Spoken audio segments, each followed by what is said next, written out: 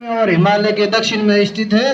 इस देश के रहने वाले भारतीय नागरिक है। ऐसी माँ भारती को मैं प्रणाम करते हुए आज 74वें गणतंत्र दिवस के अवसर पर पधारे हुए गांव के मेहमान सरपंच श्री हिमताराम जी शिया, मोटाराम जी शियोल, वार्ड पंच भियाराम जी, जीएसएस अध्यक्ष जियाराम जी और शिवनगर के समस्त गणमान्य नागरिक, स्कूल के स्टाफ और प्रिय विद्यार्थियों, आओ झुककर सलाम करें उन्हें, आओ झुककर सलाम करें उनके जिनके हिस्से में ये मुकाम आता है।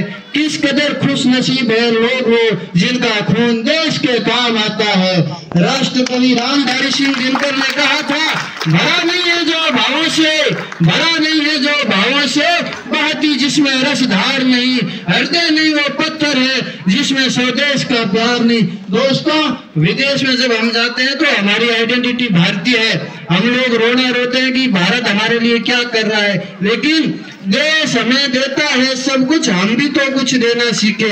मेरी और आपकी ये जिम्मेदारी है कि देश आगे कैसे बढ़े।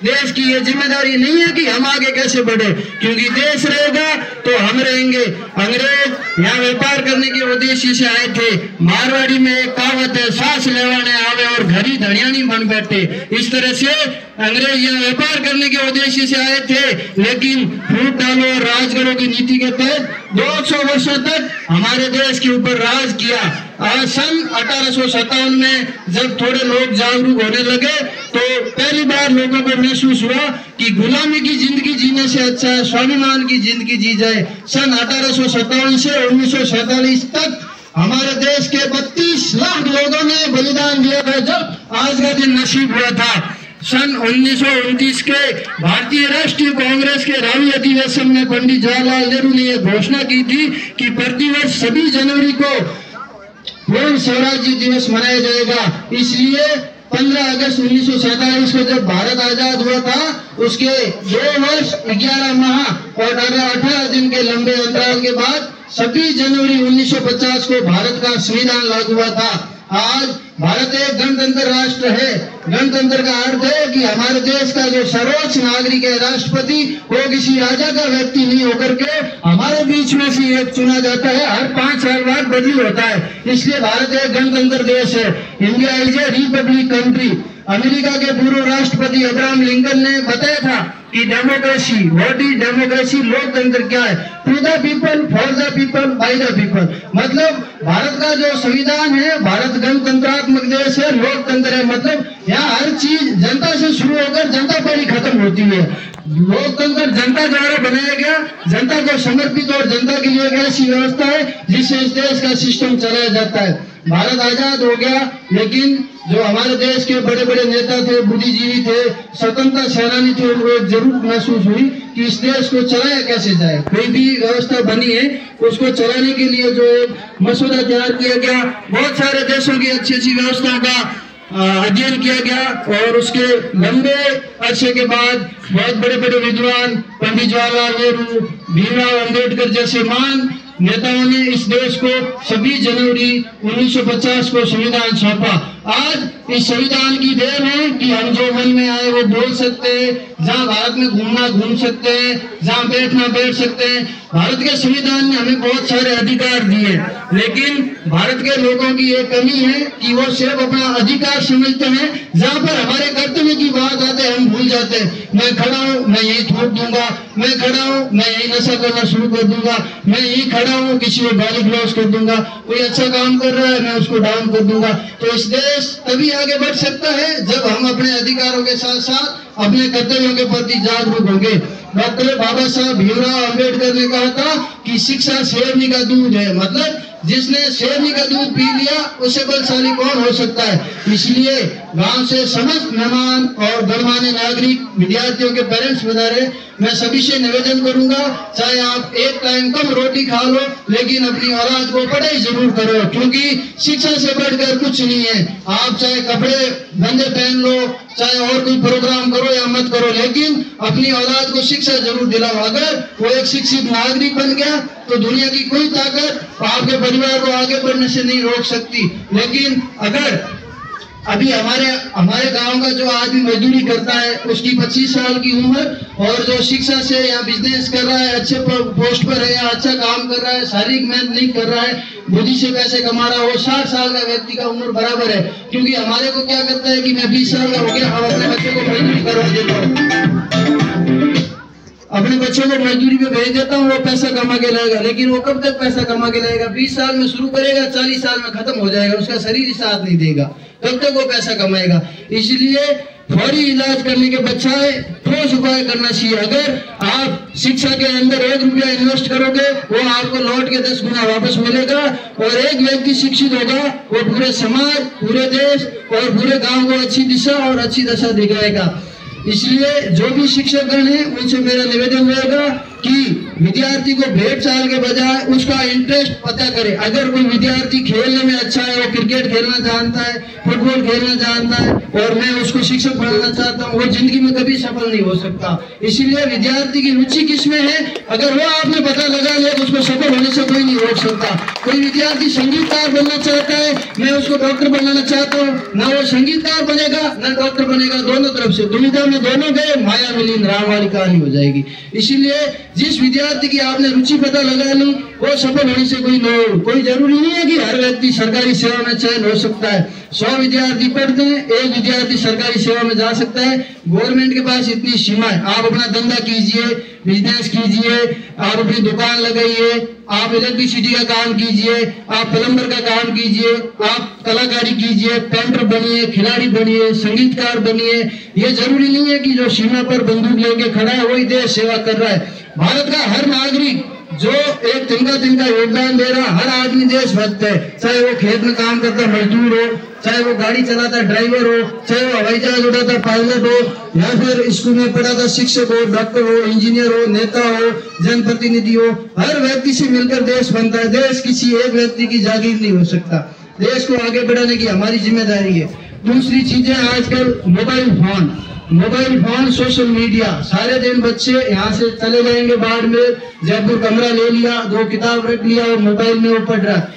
जब तक आप किताब और पेन उठा के पढ़ाई नहीं करेंगे, आप सफल नहीं हो सकते। ऑनलाइन पढ़ाई बिल्कुल फेल है।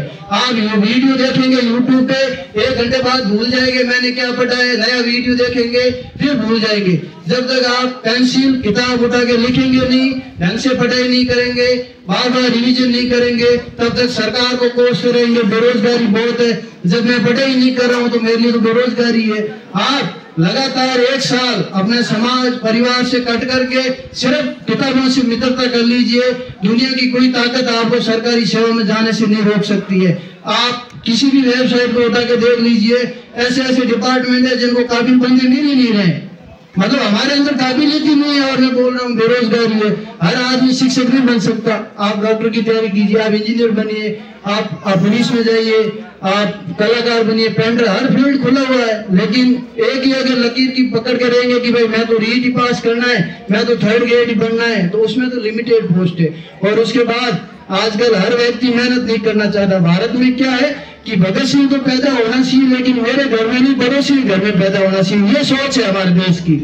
मतलब मैं चाहता हूँ कि मैं तो गलत काम कर लूँ, कुछ भी कर लूँ, लेकिन फिर दूसरा ईमानदार के, मेरे को ऐसा नहीं होना चाहिए। हर व्यक्ति खुद अपनी नैतिक शिक्षा गिर रही है। इसीलिए ये आजकल पेपर आउट की घटना हो रही। क्यों? पढ़ना कोई नहीं चाहता, सबको बिना मेहनत के जॉब चाहिए। वो क्या करेगा? इलीगल काम करके, गैर कानूनी काम करके पैसा कमाएगा, परीक्षा से पहले पेपर आउट करवा लेगा। तो जो गरीब व्यक्ति पढ़ेगा, लगातार संघर्ष करेगा, वो क्योंकि कंपटीशन एक समुद्र के समान है। जो प्रतियोगी परीक्षा है उसका जो सिलेबस होता है वो समुद्र के समान है। उसमें 1 बूंद आप याद कर सकते हैं, उससे ज्यादा नहीं कर सकते। तो नकल वाले की तुलना में वो बराबर नहीं आ सकता। तो जो भी विद्यार्थी पढ़ रहे हैं वो अपनी रुचि पता करें और मेहनत करें। अभी से डिसाइड कर ले कि मुझे करना क्या है। अब यहाँ से पढ़ाने के लिए भेज देते हैं, उसको पता ही नहीं है। जो भी भर दिया, मैं फॉर्म भर दिया, नहीं भरा, मोबाइल देख रहा हूँ, कभी यूट्यूब चला लिया, कभी इंस्टाग्राम देख लिया, कभी ट्विटर खोल लिया, कभी यूट्यूब पे 2 GB डेटा खत्म करने का टारगेट लेके बैठ गया। उसमें आपको सफलता नहीं मिल सकती। युवाओं में नशे का बहुत क्रेज बढ़ रहा है। आजकल देखा देखी में छोटे छोटे बच्चे दारू, सिगरेट, स्मैक, एमडी, पता नहीं हीरोइन, कोकीन।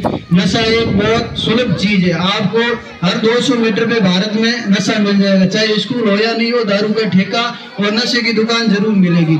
गवर्नमेंट के क्या, उनको तो राजस्व मिल रहा है, वो तो देश चलाना है, सिस्टम चलाना है। तो आपके ऊपर है कि आप अच्छी चीज ग्रहण कर रहे हैं या बुरी चीज ग्रहण कर रहे हैं। और ये सिर्फ शिक्षक की जिम्मेदारी नहीं है कि वो आपके बच्चे को क्या पढ़ा रहा। आप साल में एक बार यहाँ आए, डांट मार दिया, मास्टर पढ़ा नहीं रहे, भाई आपकी जिम्मेदारी है। यहाँ पे 150 विद्यार्थी है, लेकिन आपके घर में तो एक ही बच्चा है ना, आप उसके ऊपर ध्यान नहीं दे रहे हो, फिर शिक्षक को आके बोल रहे हो, आप क्या दे रहे हो। जब तक देश का आम आदमी और बच्चे के माता पिता जागरूक नहीं होंगे, तब तक न शिक्षक पढ़ाएगा ना नेता काम करेगा, कोई नहीं करेगा। क्योंकि जब जवाबदेही जब तक तय नहीं होगी, कोई काम नहीं करेगा। इसीलिए तो जवाबदेही जरूरी है। तो आप, अब आपका बच्चा क्या पढ़ रहा है, घर आके होमवर्क कर रहा है नहीं कर रहा है, क्या पढ़ रहा है तो उसको इम्प्रूवमेंट क्या है, या फिर वो ऐसे ही बचता होता है, या घर आके रख दिया, सुबह चल दिया, आप आए साल में एक बार की पढ़ा नहीं रहे। आप अपना खुद मोबाइल दूर रखे और घर में ये प्रण ले लीजिए कि मैं 24 घंटे में 1 घंटे मेरे बच्चे के पास बैठूंगा, चाहे उसको कोई बढ़िया बात ही बताऊंगा, पुरानी बात बताऊंगा, क्या पढ़ रहा है नहीं पढ़ रहा है, भविष्य में वो क्या करना चाह रहा है। इस तरह जब तक आप जागरूक नहीं होंगे, आपका बच्चा सफल नहीं हो सकता। सिर्फ मास्टर को दोष देने से या व्यवस्था को दोष देने से सुधार नहीं हो सकता।